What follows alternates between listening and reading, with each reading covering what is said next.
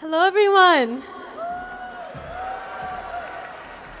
Today is a call for action to hear the cries of those suffering in the Middle East and in our own communities.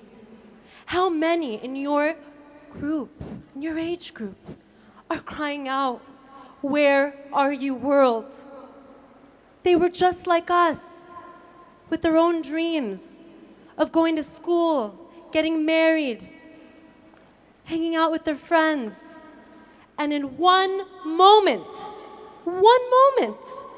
their life turned upside down. They fled from the terror. They fled from the evil that we see about on the news. But it could happen anywhere, and we see it happening today even in Europe. They fled. They ran. Many chose to stay. Many chose to stand, to hold on to the cradle of civilization, to hold on where Christianity all began. It all began in that region. And they're asking the question, "Where are you, world?" The Christians of the Middle East are asking, "Where are you, world?" Are you ready to stand with us? Are you ready to help us? Can we hear their cries? Can we hear them cry?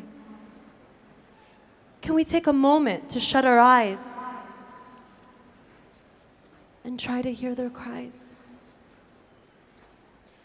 I heard the tears of a young girl who had come out of ISIS captivity named Ikhlas, 16 years old. We had seen the stories on the news, and when we heard them cry on the news, when we heard the stories, when we heard the amount of evil, we decided to go and see for ourselves. And I met this beautiful girl who saw her father killed in front of her own eyes, her two brothers slaughtered in front of her own eyes. In 24 hours, her life changed dramatically.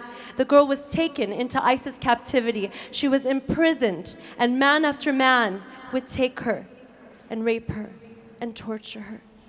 She saw a 9-year-old girl die because her body couldn't handle what happened to her. And this young girl was before me. They asked us to come and help. I remember sitting there in front of her, and her eyes and her head were just put down. And I remember thinking, "God, how can I help this girl? Who am I to speak to this beautiful, precious soul that's endured so much?" That moment I asked her, I said, "What are your dreams?" And she put her head up and she said, "My dream is to save my sisters that are still in captivity. It is my dream to be the voice for the voiceless, for the ones who didn't make it out." And I told her, "Your dream can come true."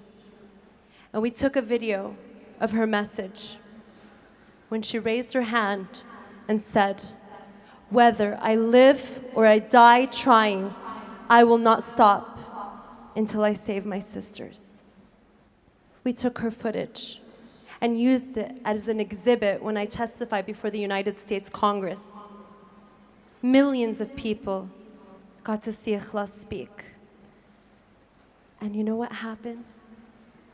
With the leadership of the Knights of Columbus and many others, the United States Congress, in a unanimous vote, said that what has happened to the Christians and Yazidis and other minorities is a genocide.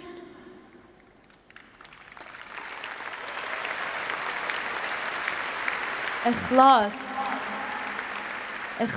ended up testifying with us in the United Kingdom. We brought her to testify, and the House of Lords had tried to vote on the genocide resolution, and they failed. They said they didn't vote, the genocide had occurred. And so we were asked to come back and to speak about what was happening and to testify. And Ikhlas came through a miracle. My mother, who was in Syria, where 3 bombs went off on the street she was on, came and also testified.